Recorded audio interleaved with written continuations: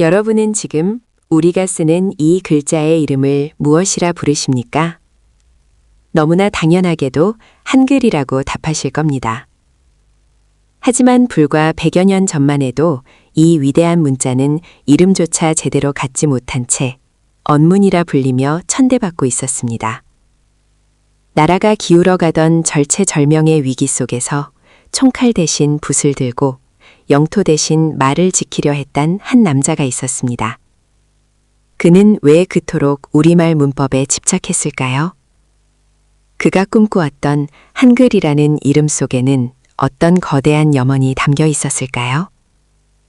오늘 토리피커 역사 이야기에서는 세종대왕이 낳았으나 주시경이 길러낸 우리 글에 숨겨진 역설을 장장 60분에 걸쳐 아주 깊이 있게 파헤쳐 보려 합니다. 짧았던 38년의 생애를 온전히 우리말에 바친 주보따리 주시경 선생의 발자취를 따라가 봅니다. 1876년 강화도 조약이 체결되던 해 황해도 봉산의 한 가난한 선비 집안에서 둘째 아들이 태어났습니다. 그의 이름은 주상호, 훗날 우리에게 주시경이라 불리게 될 아이였습니다. 당시 조선의 교육은 오로지 한문 중심이었습니다. 어린 상호 역시 서당에서 천자문을 읽고 소학을 배웠습니다. 훈장님의 목소리를 따라 하늘천 땅지를 외치면서도 어린 소년의 머릿속에는 지울 수 없는 의문이 싹트고 있었습니다. 왜 우리가 말하는 소리는 이토록 자유로운데 그것을 적는 글자는 이토록 어렵고 다른 것인가? 입으로는 우리말을 하면서 글은 중국의 것을 빌려 써야 하는 이 이중적인 언어 생활. 어린 주시경에게 그것은 단순한 불편함이 아니라 세상의 이치에 맞지 않는 모순처럼 느껴졌습니다. 서당의 창호지 문 밖으로 들려오는 동네 아이들의 노랫소리와 책상 위에 놓인 딱딱한 한자책 사이의 괴리. 이 근원적인 질문이 바로 훗날 그를 우리말 연구의 길로 이끄는 첫 번째 불씨가 되었습니다. 그는 단순히 글을 배우는 것에 그치지 않고 글과 말의 관계에 대해 고뇌하는 조숙한 학자였습니다. 가난을 피해 그리고 더 큰 배움을 찾아 그는 서울로 향했습니다. 당시 서울, 한성은 격변의 현장이었습니다. 서양 선교사들이 들어오고 신식 건물이 들어서며 개화의 물결이 거세게 일렁이고 있었죠. 주시경은 배제학당에 입학하게 됩니다. 그곳에서 그는 신학문과 지리학, 그리고 서양의 과학을 접하며 엄청난 충격에 휩싸입니다. 특히 그는 서양의 강대국들이 모두 자기 나라의 말과 글을 사용한다는 사실에 주목했습니다. 영국은 영어를, 프랑스는 불어를, 일본은 일본어를 씀으로써 지식을 축적하고 국민을 계몽하여 강대국이 되었다는 깨달음. 이것은 주시경에게 있어 천지개벽과도 같은 충격이었습니다. 아, 나라가 강해지려면 백성이 똑똑해져야 하고 백성이 똑똑해지려면 쉬운 우리 글을 써야 하는구나. 배제학당의 아펜젤러 선교사와의 만남, 그리고 그곳에서 접한 신문명의 논리는 그의 막연했던 의문을 확신으로 바꾸어 놓았습니다. 그는 결심합니다. 내가 해야 할 일은 과거 시험을 봐서 출세하는 것이 아니라 버려진 우리 글을 갈고 닦아 나라의 힘을 기르는 것이라고 말입니다. 1896년 4월 7일 한국 역사상 최초의 민간신문인 독립신문이 창간됩니다. 서재필 박사가 주도한 이 신문의 가장 혁신적인 점은 바로 한글 전용과 띄어쓰기의 도입이었습니다. 그리고 이 역사적인 작업의 실무 책임자가 바로 청년 주시경이었습니다. 하지만 현실은 냉혹했습니다. 당시 한글은 통일된 맞춤법이 전혀 없었습니다. 사람마다 소리나는 대로 적었고 띄어쓰기라는 개념조차 없어서 글을 읽기가 아무 해독보다 어려웠습니다. 주시경은 독립신문의 교보원으로 일하며 밤을 새워 원고를 교정했습니다. 아버지 가방에 들어가신다가 되지 않도록 띄어쓰기를 연구하고 제각각인 표기법을 하나로 통일하기 위해 머리를 싸맸습니다. 잉크가 묻은 손으로 수백 장의 교정지를 넘기며 그는 뼈저리게 느꼈습니다. 규칙이 없다. 기준이 없다. 이것을 정립하지 않으면 한글은 영원히 언문 신세를 면치 못한다. 독립신문은 그에게 단순한 직장이 아니었습니다. 그것은 한글이 실용적인 문자로 거듭날 수 있는지 확인하는 거대한 실험실이자 문법 연구의 필요성을 절감하게 한 전쟁터였습니다. 독립신문이 폐간되고 독립협회가 해산되는 정치적 시련 속에서도 주시경의 연구와 교육열은 멈추지 않았습니다. 그는 자신의 호를 한인샘이라 지었습니다. 크고 하얀 샘이라는 뜻으로 마르지 않는 우리말의 샘물이 되겠다는 의지였습니다. 하지만 사람들은 그를 다른 별명으로 불렀습니다. 바로 주보따리였습니다. 그는 언제나 커다란 파란색 보따리에 책을 가득 싸들고 다녔습니다. 가난하여 책을 살 돈이 없는 학생들에게 빌려줄 교재와 자신이 연구하던 원고 뭉치들이었죠. 그는 이 보따리를 메고 상동 청년학원, 이화학당, 배재학당 등 서울 시내의 학교란 학교는 모두 찾아다녔습니다. 전차비가 아까워 걸어 다녔고 끼니를 거르기 일쑤였습니다. 비가 오나 눈이 오나 보따리를 맨 채 걷고 또 걸으며 그는 우리말을 가르쳤습니다. 그의 강의는 단순히 글자를 가르치는 시간이 아니었습니다. 말이 오르면 나라도 오르고 말이 내리면 나라도 내린다. 그는 글자 속에 민족의 혼을 불어넣었습니다. 길 위에서 보낸 그 수많은 시간, 그의 발바닥은 부르텄지만 그의 보따리 속에서 우리말의 체계는 점점 더 견고해지고 있었습니다. 주보따리의 열정은 단순한 계몽운동에 그치지 않았습니다. 그는 진정한 학자였습니다.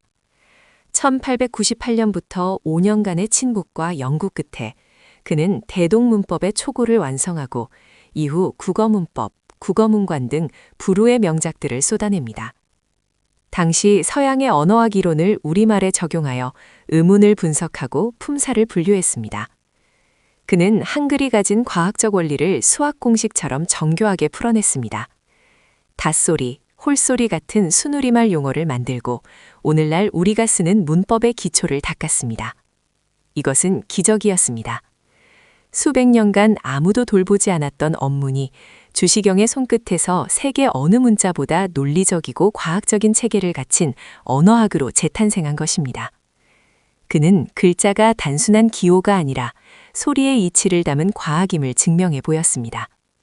밤마다 희미한 등불 아래서 모음과 자음의 결합 원리를 파고들었던 그의 고독한 연구가 없었다면 우리는 아직도 소리나는 대로 적는 혼란 속에 살고 있었을지도 모릅니다.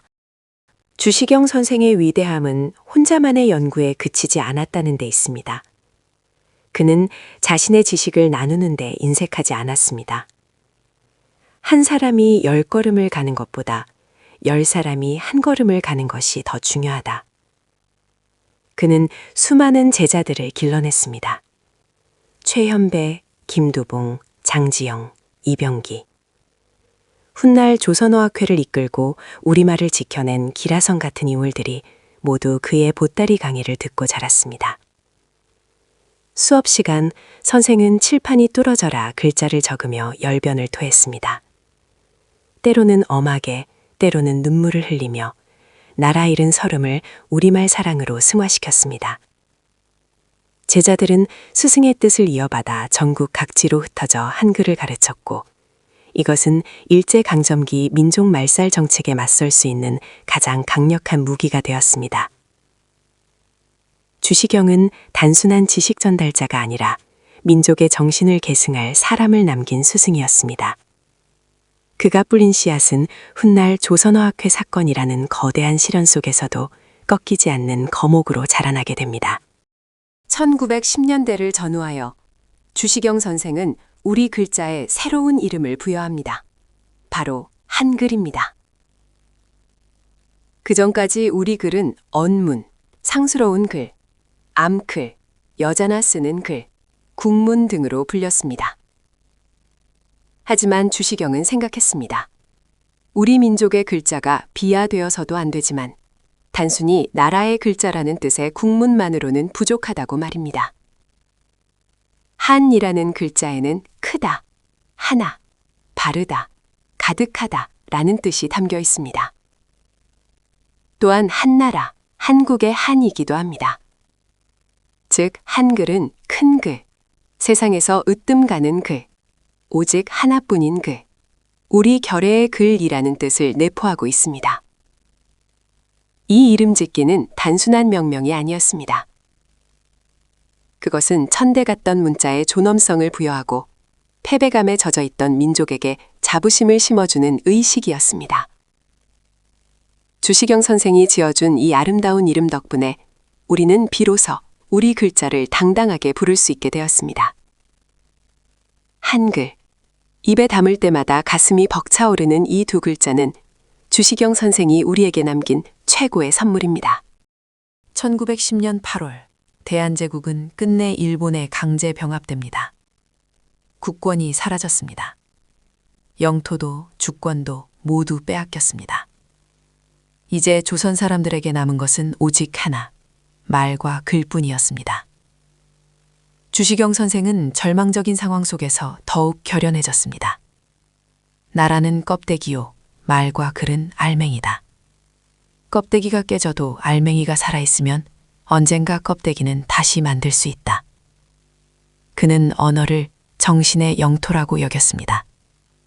일본이 학교에서 일본어 사용을 강요하고 우리말 교육을 축소시킬 때 그는 비밀리에 혹은 더 치열하게 한글 보급에 매달렸습니다. 일요일마다 열리던 한글 배달 강습회에는 남녀노소 할 것 없이 구름처럼 몰려들었습니다. 그곳은 단순히 글을 배우는 곳이 아니라 사라진 나라를 마음속에 다시 세우는 독립운동의 현장이었습니다. 총을 든 독립군이 만주벌판을 달릴 때 주시경은 칠판 앞에서 분필가루를 마시며 문화 독립전쟁을 치르고 있었습니다.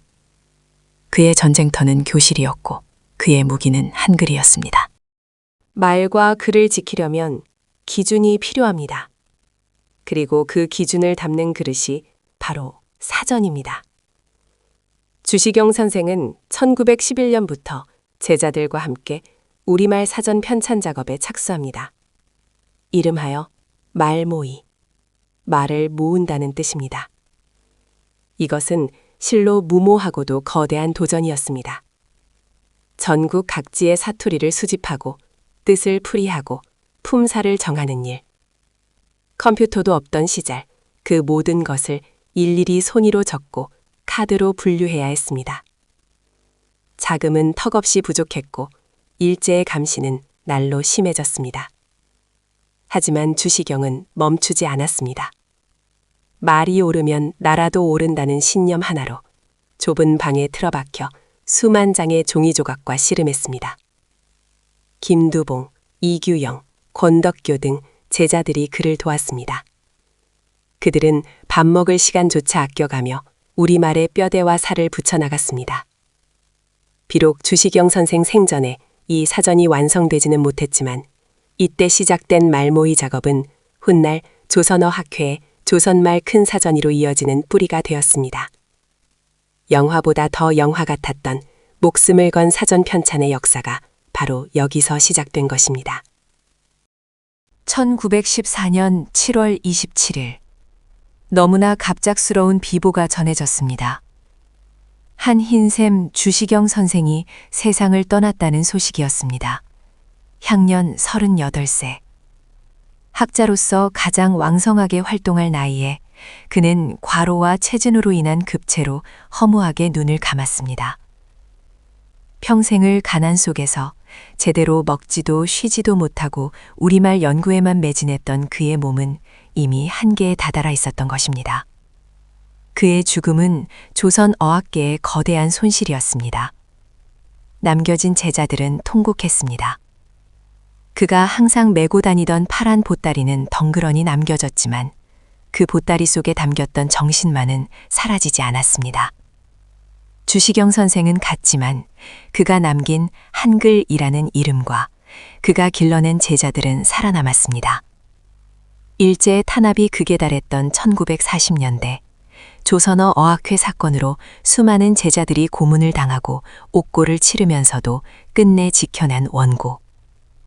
해방 후 마침내 빛을 본 조선말 큰 사전. 이 모든 기적의 시작점에는 바로 주시경 선생의 짧지만 강렬했던 38년이 있었습니다. 그는 죽었으되 죽지 않았습니다. 우리가 한글을 쓰고 있는 한 그는 영원히 우리 곁에 살아 숨쉬고 있습니다. 오늘날 우리는 세계에서 가장 문맹률이 낮은 나라, K문화가 세계를 휩쓰는 나라에 살고 있습니다.